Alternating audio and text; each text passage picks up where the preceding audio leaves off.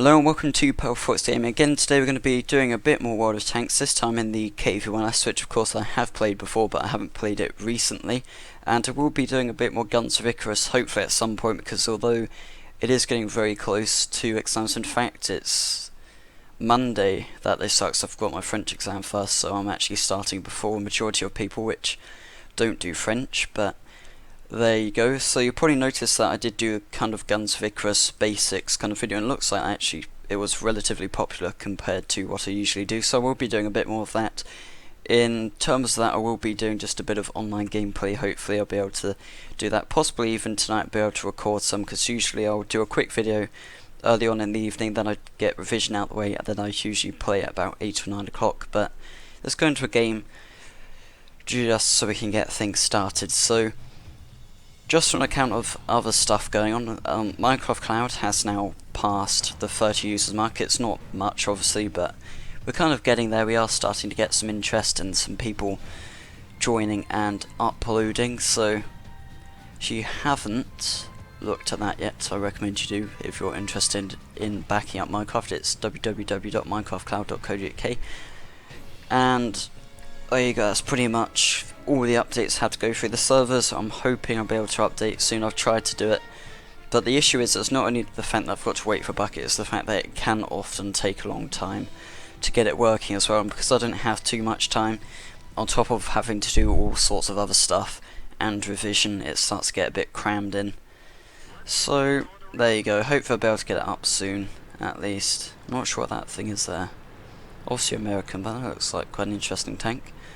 Anyway, I'm going to kind of try and play it safe, because this is quite a risky map, this one.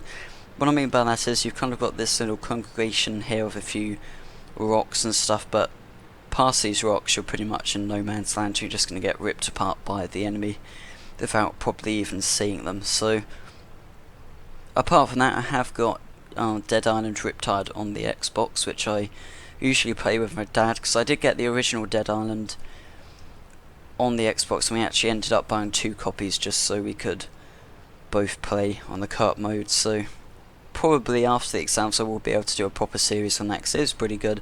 Would have been better if I could get it on the PC, but obviously because both of us play, it's a bit tricky.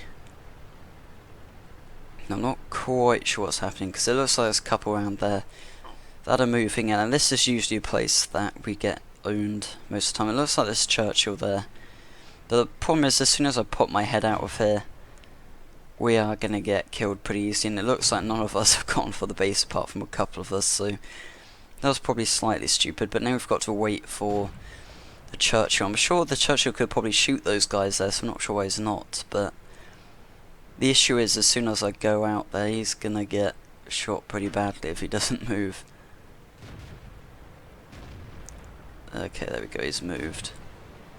I'm not sure where the Churchill's gone. I'll probably suddenly get shot by him, but there you go, we've killed him. Got the stag, didn't actually see him. Yeah, so where that Churchill's gone, I don't have a clue, because I'm sure he's like right there, unless he's not showing up, because I'm worried he's going to suddenly come out of nowhere and kill me. Okay, that's where he is then. I'm assuming that's him. Just look, Dink. Yeah, that's the Churchill one. Probably won't pose too much of a threat. But that's where he went anyway. He was obviously trying to get behind us. Didn't really work out too successfully, considering he's about to get completely destroyed. But I think I've got KV1S behind me, sorry, and doesn't look like he's going to do particularly well. Oh, we got an ammo rack explosion on that M7, so that's pretty lucky.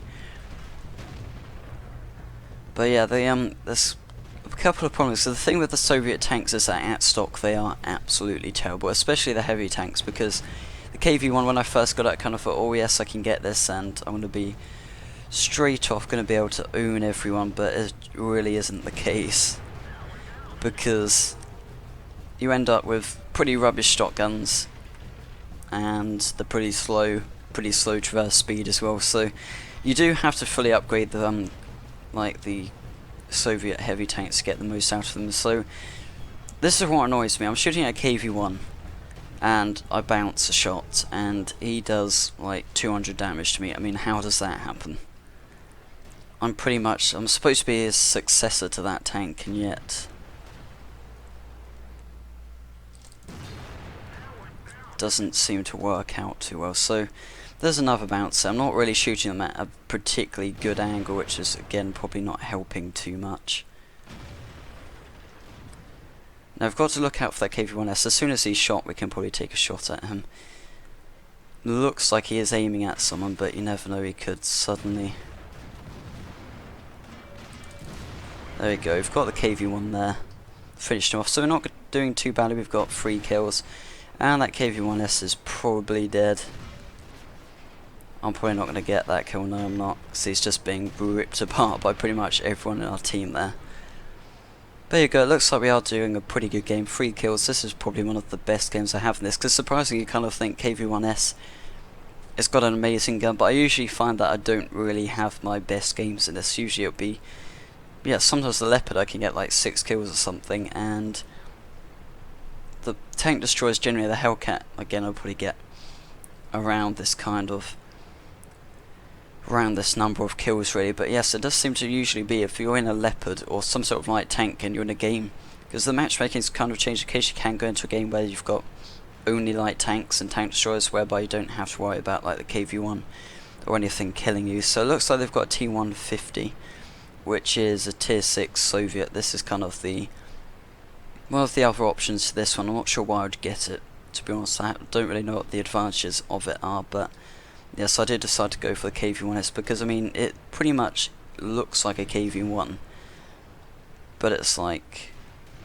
not quite as good as the other options. There's also the KV-2 as well, which arguably is okay. I mean, it is good if you know how to play it properly. But anyway, that looked as though it was a pretty good game. I hope you all agree with that. But got 3 kills, and